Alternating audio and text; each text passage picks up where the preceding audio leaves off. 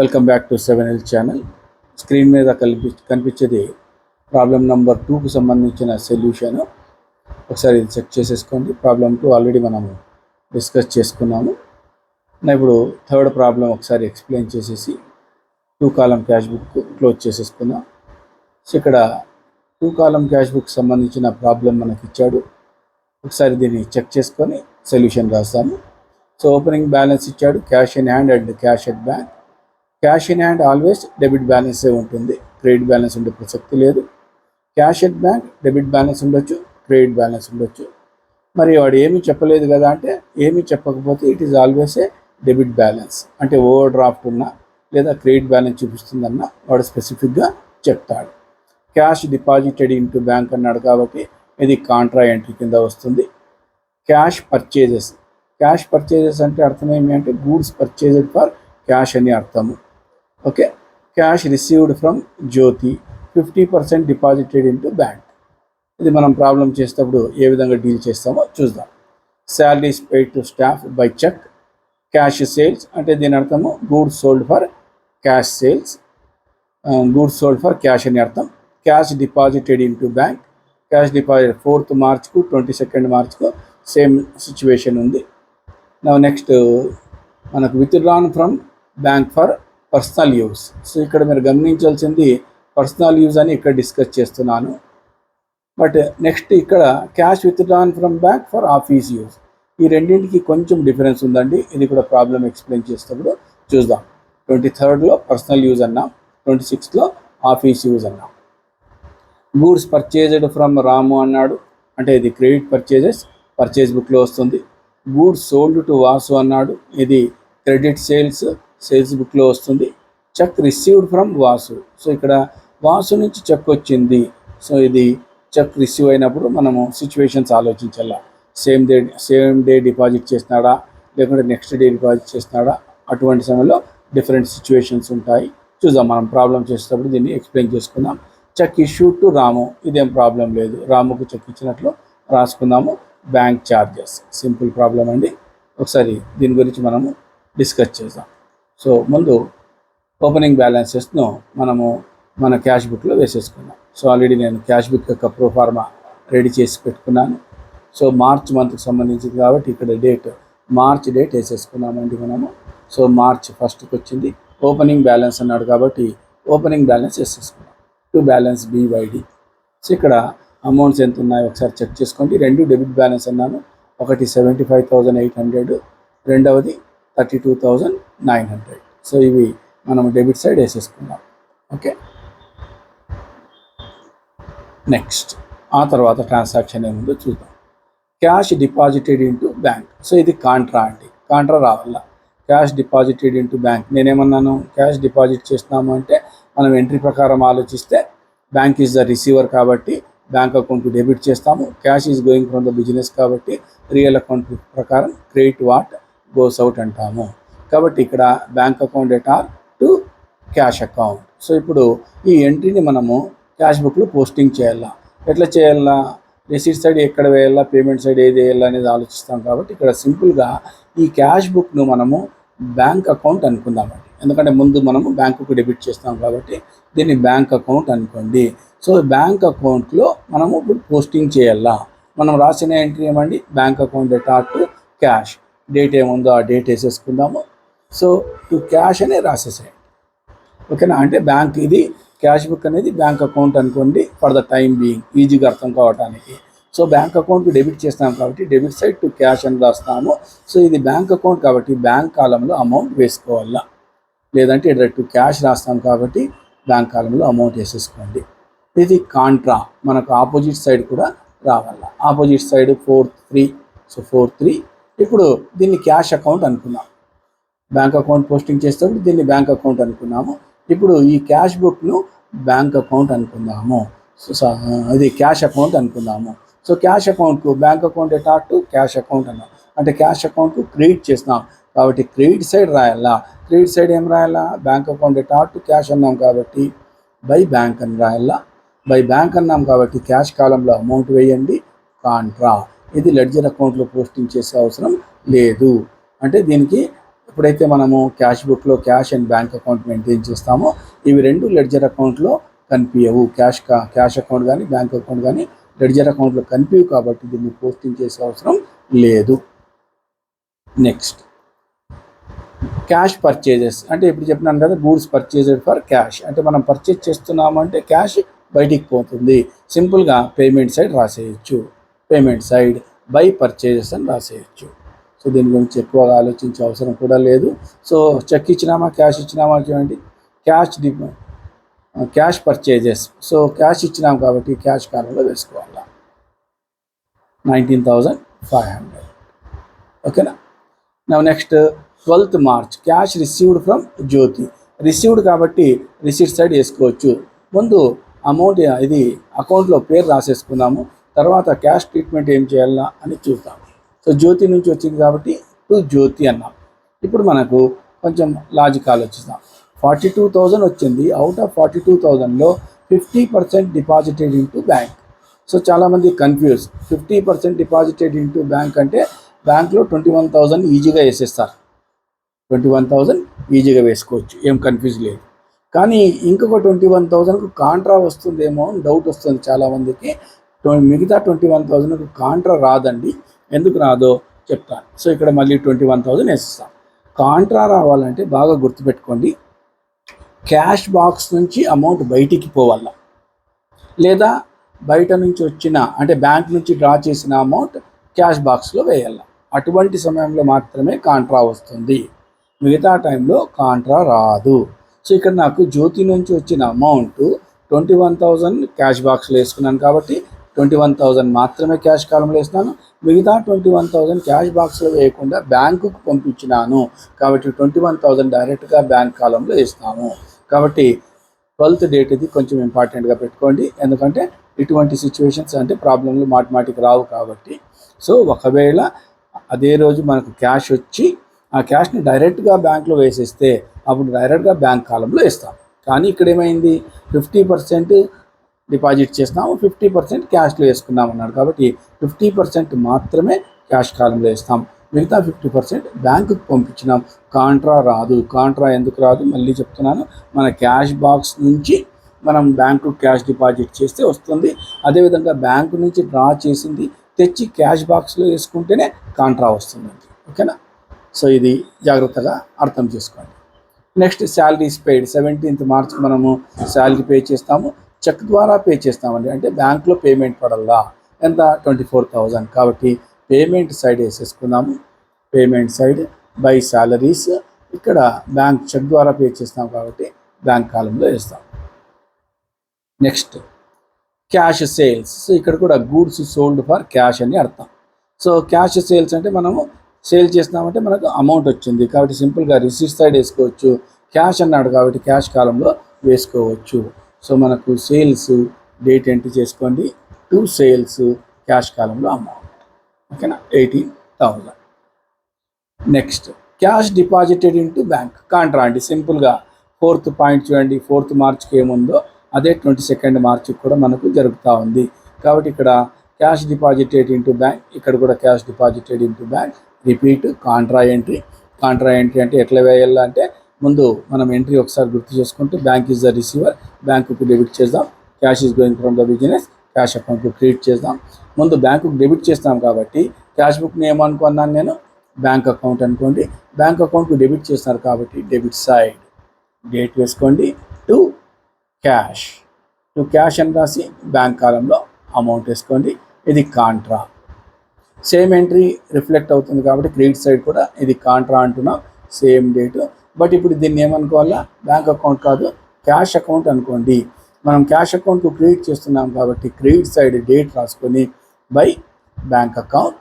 So bank అన్నాం కాబట్టి cash కాలంలో అమౌంట్ వేసుకోండి. So it is also a Contra.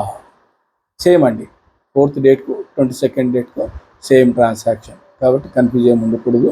ఒకసారి మీరు రిపీట్ చేసుకోండి, రివిజన్ చేసుకోండి. నెక్స్ట్ సో ఇక్కడ 22nd అయిపోయింది. నెక్స్ట్ ప్రాబ్లం మనకు నెక్స్ట్ టేబుల్ చూద్దాము. Withdrawn from bank for personal use. ఇది జాగ్రత్త అండి. 23rd 26కు మీరు జాగ్రత్తగా ఉండాలి. సో 23rd March గురించి మాట్లాడుతున్నాను. పర్సనల్ యూజ్ అంటే మనం బ్యాంక్ నుంచి విత్డ్రా చేసింది మన క్యాష్ బాక్స్లో రావడం లేదు, ప్రొప్రైటర్ యొక్క జేబులో పోతా ఉంది. ప్రొప్రైటర్ తన పర్సనల్ యూజ్ కోసం యూజ్ చేస్తున్నాడు కాబట్టి కాంట్రా రాయకూడదు. సో దీన్ని డ్రాయింగ్స్ కింద వేసుకోవాలి, డ్రాయింగ్స్ కింద. సో పేమెంట్ సైడ్ కాబట్టి డేట్ వేసుకోండి, బై డ్రాయింగ్స్. చెక్ ద్వారా తీసుకున్నాడు కాబట్టి బ్యాంక్ కాలంలో అమౌంట్. నౌ సేమ్ బాగా గుర్తుపెట్టుకోండి, ఇక్కడ విత్డ్రావల్ ఉంది, ఇక్కడ విత్డ్రాన్ ఉంది, క్యాష్ ఒకటే లేదు. ఓకే, బ్యాంక్ నుంచి ఏం చేస్తాం, క్యాష్ డ్రా చేస్తాం కాబట్టి దాని గురించి మనం పట్టించుకునే అవసరం లేదు. బట్ డిఫరెన్స్ ఏమై, ఇక్కడ పర్సనల్ యూస్ కోసం దీనికి కాంట్రా రాదు, ఇక్కడ ఆఫీస్ యూస్ కోసం అంటే అర్థమేమి, బ్యాంక్ నుంచి డ్రా చేసిన అమౌంట్ మన క్యాష్ బాక్స్లో వస్తుంది, అప్పుడు మాత్రమే కాంట్రా వస్తుంది. సో ఇంతకుముందు చెప్పాను కదా, క్యాష్ బాక్స్ నుంచి బ్యాంకుకు పోయినా, బ్యాంక్ నుంచి తెచ్చింది క్యాష్ బాక్స్లో వచ్చిన అప్పుడు మాత్రమే కాంట్రా గురించి ఆలోచించాలా. సో ఇక్కడ ఏమైంది, మనకు cash withdrawn from bank for office use. Office use అంటే తెచ్చుకున్న అమౌంట్ క్యాష్ బాక్స్లో వేసుకొని మనం ఏమైనా పేమెంట్లు చేసి ఉంటే పేమెంట్ చేసి ఉంటాం కాబట్టి దీనికి కాంట్రా వస్తుంది. డేట్ ఏమి, 26th. సో 26th డేట్కి మనకు కాంట్రా. నా ఏం ఎంట్రీ వస్తుంది, క్యాష్ వస్తూ ఉందండి, క్యాష్ రియల్ అకౌంట్ కదా. సో క్యాష్ అకౌంట్కి డెబిట్ చేస్తాము, banker is the giver, personal account bank create చేద్దాం. అంటే ఇప్పుడు ఈ క్యాష్ బుక్ను మీరు ఏమనుకోవాలా, క్యాష్ అకౌంట్ అనుకోండి, cash account. So cash account అనుకోవాలి కాబట్టి క్యాష్ అకౌంట్కి ఏం చేస్తాం, మనం డెబిట్ చేస్తాం. So debit side to bank అని రాయాలి, టు బ్యాంక్. క్యాష్ కాలంలో అమౌంట్, ఎందుకంటే క్యాష్ బ్యాలెన్స్ పెరుగుతుంది. సో ఇది కాంట్రా వస్తుంది. సేమ్ ఇక్కడ కూడా మనకు 26th డేట్కు ఇప్పుడు ఏమనుకోవాలా, ఇది క్యాష్ అకౌంట్ అనుకున్నాం, ఇప్పుడు ఏమనుకోవాలి, ఇది బ్యాంక్ అకౌంట్. బ్యాంక్ అకౌంట్ను క్రియేట్ చేస్తామండి, క్యాష్ అకౌంట్ అటాక్ టు బ్యాంక్ అన్నాం. బ్యాంక్ అకౌంట్కి క్రియేట్ చేస్తాం కాబట్టి credit side by cash, by cash అన్నాము, బ్యాంక్ కాలంలో అమౌంట్ వేసుకోండి, ఇది contra. Okay, now next, goods purchased from Ramu, credit transaction రాదు. Goods sold to Vasu, credit transaction రాదు. Cheque received from Vasu, Vasu నుంచి చెక్ వచ్చిందండి, ఇది మనం కొంచెం జాగ్రత్తగా ఆలోచిస్తాం. చెక్ రిసీవ్డ్ ఫ్రమ్ వాసు పక్కన డిపాజిటెడ్ ఇన్ టు బ్యాంక్ అనేది ఇవ్వలేదు. ఇప్పుడు మనకు డౌట్ వస్తుంది, ఇది అదే రోజు బ్యాంక్లో డిపాజిట్ చేస్తున్నాడా లేదా నెక్స్ట్ డే డిపాజిట్ చేస్తున్నాడా. నెక్స్ట్ డే డిపాజిట్ చేసింటే ఎక్కడన్నా చెప్తుండే అండి, 30వ తేదీ 31వ తేదీలో ఎక్కడ చెప్పలేదు. ఏప్రిల్లో డిపాజిట్ చేసింటే అక్కడ మనకి ఏప్రిల్ ఇన్ఫర్మేషన్ లేదు. మరి ఇప్పుడు మనం ఏం ట్రీట్మెంట్ చేయాలా. సో చెక్ వచ్చింది, మనం ఆలోచించాల్సింది ఎందుకు అంటే, ఒకవేళ సేమ్ డే బ్యాంక్లో డిపాజిట్ చేస్తే ఏమేయాలన్నా నేను డైరెక్ట్గా బ్యాంక్ అకౌంట్లో వేయండి.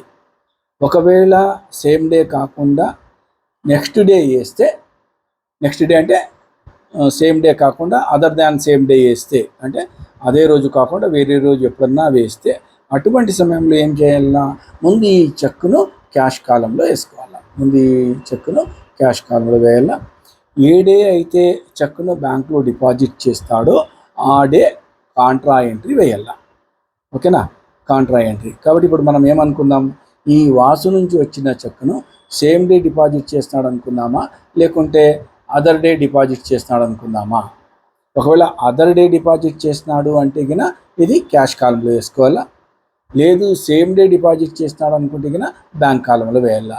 మరి మనం ఏమనుకోవాలా సార్ అంటే, నేనైతే ఇక్కడ దీన్ని ఈ చెక్కును సేమ్ డే కాకుండా నెక్స్ట్ డే డిపాజిట్ చేస్తున్నాడని అనుకుంటాను. నెక్స్ట్ డే అంటే అదర్ దాన్ సేమ్ డే, అంటే మనకు చెక్ వచ్చిన రోజు కాకుండా అదర్ దాన్ అంటే 30 మార్చికి ఏమి ఇవ్వలేదు, 31 మార్చికి ఏమి ఇవ్వలేదు, ఎందుకంటే బ్యాంక్ వర్కింగ్ డేస్ ఆ రోజు బిజీ ఉంటాయి, 31st మార్చ్ ఇయర్ ఎండింగ్ కాబట్టి ఏప్రిల్లో వేస్తున్నాడని అనుకుంటున్నాను నేను.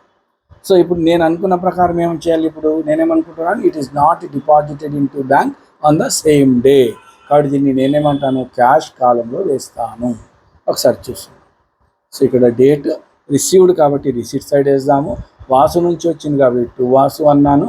నేను చెక్ను క్యాష్ వచ్చినట్లుగా ట్రీట్మెంట్ చేస్తున్నాను. ఎందుకు, అందుకే ఇక్కడ స్టార్ మార్క్ వేస్తానండి. ఆ స్టార్ మార్క్ గురించి ఇక్కడ మీరు చదువుకోవచ్చు. Assuming that cheque is not deposited in to bank on the same day, amount entered in cash column. So clear అండి. సో మీరేమనుకోవచ్చు, సార్ నేను సేమ్ డే డిపాజిట్ చేస్తాడు అనుకుంటాను అంటే బ్యాంక్ కాలంలో వెయ్యి, ఆ పాయింట్ ఇక్కడ కూడా రాస్తున్నాను. If you assume that check is deposited into bank on the same day, the amount must be entered in the bank column instead of cash column. So ఒకవేళ నువ్వు అదే రోజు డిపాజిట్ చేస్తున్నాడు అనుకుంటే కన్నా బ్యాంక్ కాలంలో వేసుకో. బట్ నువ్వు ఏమైతే ట్రీట్మెంట్ చేస్తున్నావో మీరు ఎగ్జామినేషన్లో నోట్ రాయడం మర్చిపోవద్దండి. ఈ విధంగా నోట్ రాస్తే మీకు మంచి మార్కులు వచ్చే అవకాశాలు ఉన్నాయండి. ఓకేనా? సో ఈ నోట్ను అబ్జర్వ్ చేస్తే నేను ఇది సేమ్ డే డిపాజిట్ చేయలేదు కాబట్టి క్యాష్ కాలంలో వేస్తాను. లేదు సార్ నేను బ్యాంక్ కాలంలో వేస్తాను, assuming that it is deposited into same day. ఆ నోట్ రాసి బ్యాంక్ కాలంలో వేసుకోండి. ఓకేనా? ఇది మీకు అర్థం కావడానికి నేను ఇక్కడ నోట్ రాస్తానండి. ఓకే, నెక్స్ట్ ఏం జరిగిందో చూద్దాము. వాసు అయిపోయింది. Cheque issue to Ramu. Issue ఏం ప్రాబ్లం లేదండి. రాముకు మనం చెక్ ఇచ్చినాం 25,000. ఇప్పుడు ఆ 25,000 పేమెంట్ సైడ్ రాయాల. సో పేమెంట్ సైడ్ డేట్ వేసేసుకొని F4 బై రాము చెక్ ఇచ్చినాం కాబట్టి బ్యాంక్ కాలంలో వేయాలి. ఓకేనా?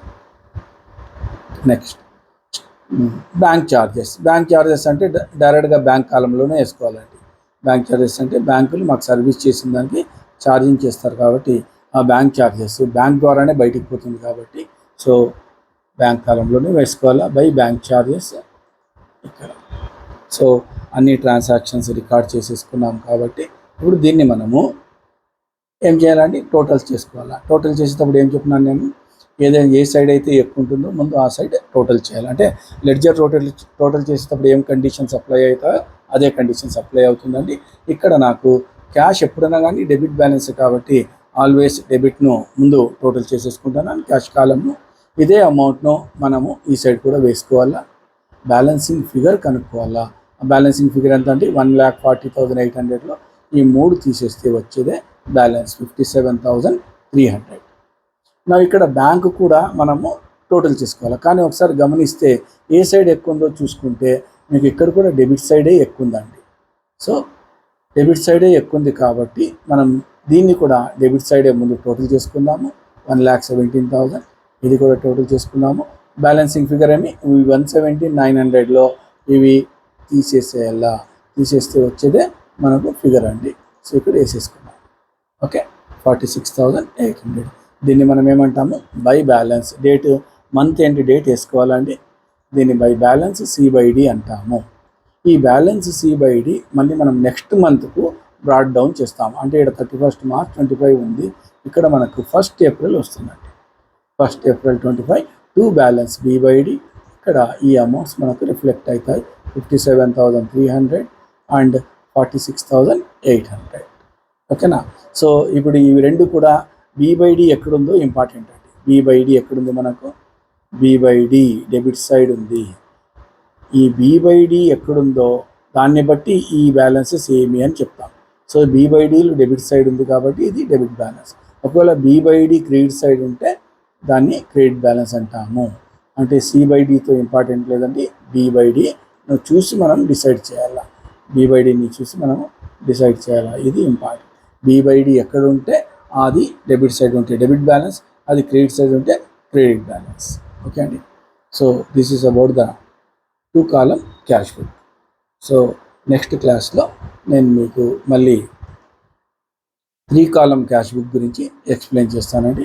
సో మీకు ప్రీవియస్ ప్రాబ్లం ఎక్స్ప్లెయిన్ అంటే ఇప్పుడు ఎక్స్ప్లెయిన్ చేసిన ప్రాబ్లం యొక్క ఫుల్ సొల్యూషన్ మీరు ఆల్రెడీ చూసింటారు.